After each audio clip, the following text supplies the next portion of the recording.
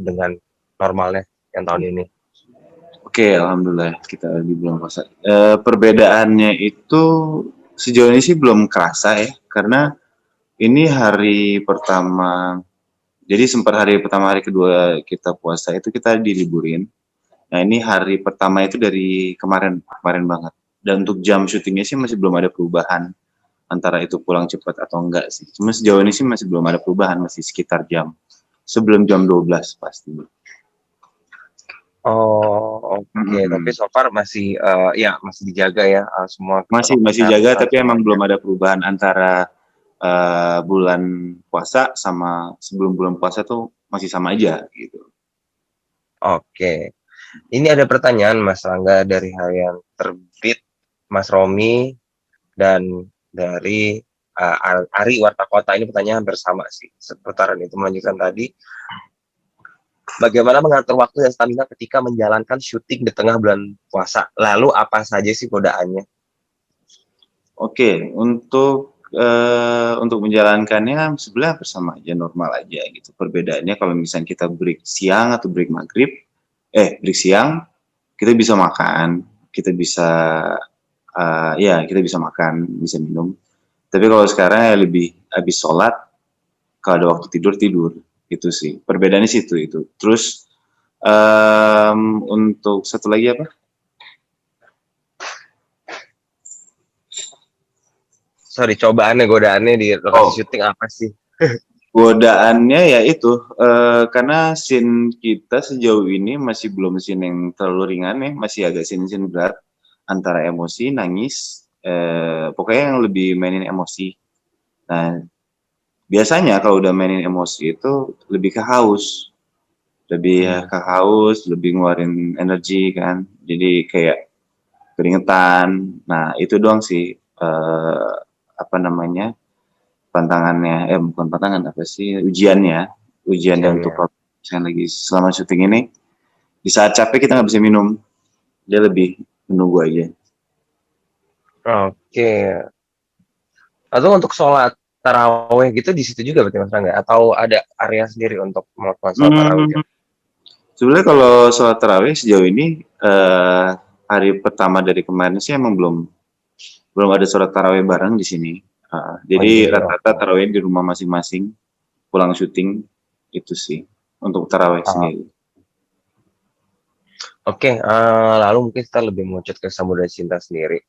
Nah, Hmm. Mas Rangga ini kan Samudra Cinta tuh udah episode salah satu senior lah di antara sinetron-sinetron SCTV-nya kan bisa dibilang. Sudah hampir 600, udah 600 lebih episode. Hmm. Nah, kira-kira ini kan dari 600 episode itu ada beberapa fase. Mungkin dari Samudra yang tadi adalah anak kuliah ya, anak band, anak Ya, kuliah nah, sekarang ya. jadi suami. Bener kan? Itu berarti ada metamorfosisnya gitu. Nah, itu apakah ada tantangan tersendiri Mas Rangga untuk memerankan sosok Samudra yang zaman pertama kali ketemu cinta, lalu sekarang sosok Samudra yang seperti sekarang ini yang sudah jadi bapak? Apakah ada tantangan tersendiri? Oke, untuk tantangan sebetulnya untuk pertama kali saya meranin Samudra sendiri itu nggak kepikiran kita bakal sampai sejauh ini sih, sejujurnya aja ya, nggak sampai sampai menikah dan punya anak gitu loh. Jadi waktu itu emang benar-benar meranin ya pure anak anak kuliah yang dia cuma punya satu ibu dan benar-benar untuk nyenengin ibunya, cari uang dari dia nyanyi di kafe dan segala macam.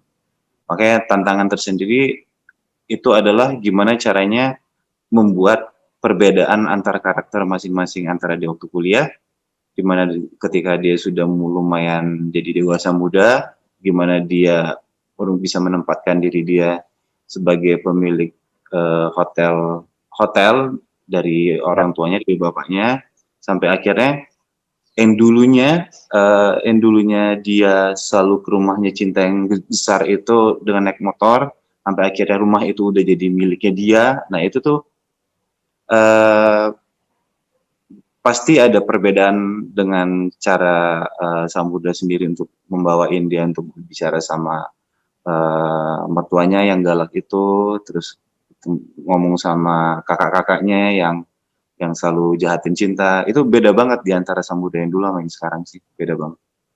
Oke. Oke, bicara soal adegan per adegan Samudra Cinta, Serangga, ini apakah di bulan puasa ini ada scene yang berbeda, kayak misalkan menyamakan dengan momentum Ramadan, atau mungkin ada batasan adegan saat berpuasa di saat syuting?